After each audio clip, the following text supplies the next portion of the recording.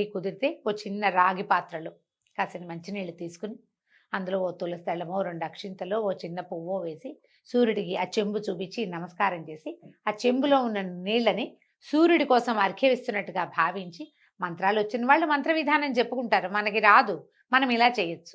ఏదైనా పచ్చని చెట్టులో ఆ నీరుని సూర్యుడికి చూపిస్తూ గనక పోసేస్తే సూర్యారాధన పూర్తయిపోయినట్టే. మీరు విశేషంగా చక్కగా పాలతోటి పాయసం వండి నివేదన పెడతాము అంటే మహత్తరంగా ఉంటుంది.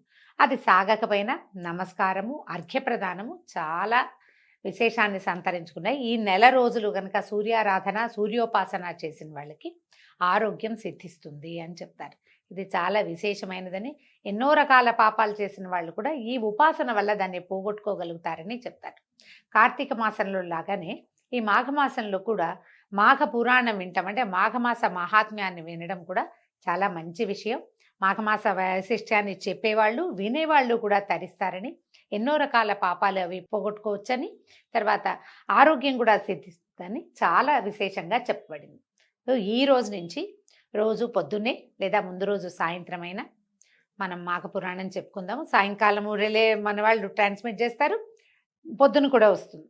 కుదిరితే ముందు రోజే వినండి, లేదా మర్నాడు పొద్దున, మధ్యాహ్నం, సాయంత్రం, రాత్రి లోపల ఎప్పుడు కుదిరితే అప్పుడు మాఘమాస వైశిష్ట్యాన్ని తప్పకుండా వినండి. ఇది ఒక మంచి అవకాశం.